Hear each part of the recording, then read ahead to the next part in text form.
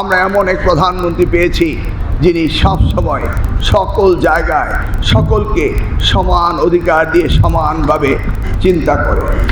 গতকাল দেখেছো তোমরা কিভাবে আমাদের এই প্রধানমন্ত্রী তারেক রহমান সাহেব হেঁটে সিনেট ভবন থেকে কলা ভবনে চলে আসলেন ছাত্রছাত্রীদের সাথে ইন্টারাকশন করতে। দেখেছো কালকে টেলিভিশনে? এই দায়িত্ব আমাকে সুচারুভাবে পালন করতে হবে, এটি আমাকে ইমানিভাবে পালন করতে হবে, ইবাদতের মতো পালন করতে হবে। যে আমরা এমন এক প্রধানমন্ত্রী পেয়েছি যিনি সবসময় সকল জায়গায় সকলকে সমান অধিকার দিয়ে সমানভাবে চিন্তা করে, মানুষকে মানুষ হিসেবে ভাবে। দরিদ্র ধনী রাজনীতিবিদ কাউকে কোনো ভেদাভেদ করেন না। মনে পড়ে ইতিহাসে 1979 সালে শহীদ রাষ্ট্রপতি জিয়া রহমান, আমি যখন ঢাকা বিশ্ববিদ্যালয়ের ছাত্র ছিলাম তখন তিনি গিয়েছিলেন টিএসসিতে।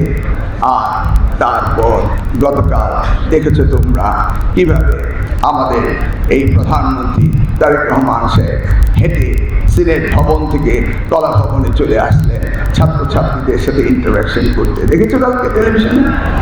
এই অসাধারণভাবে সাধারণ মানুষের সাথে মেশা, সাধারণ মানুষের অনুভূতিকে পর্যালোচনা করে এগিয়ে যাওয়া এই প্রধানমন্ত্রী আমরা পেয়েছি।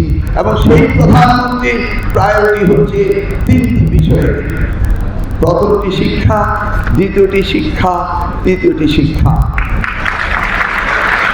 আর তোমরা সেই শিক্ষার্থী, তোমরা যেমনি গর্ব করো আমি তেমনি গর্ব করছি আমি ওনার শিক্ষামন্ত্রী হয়েছি।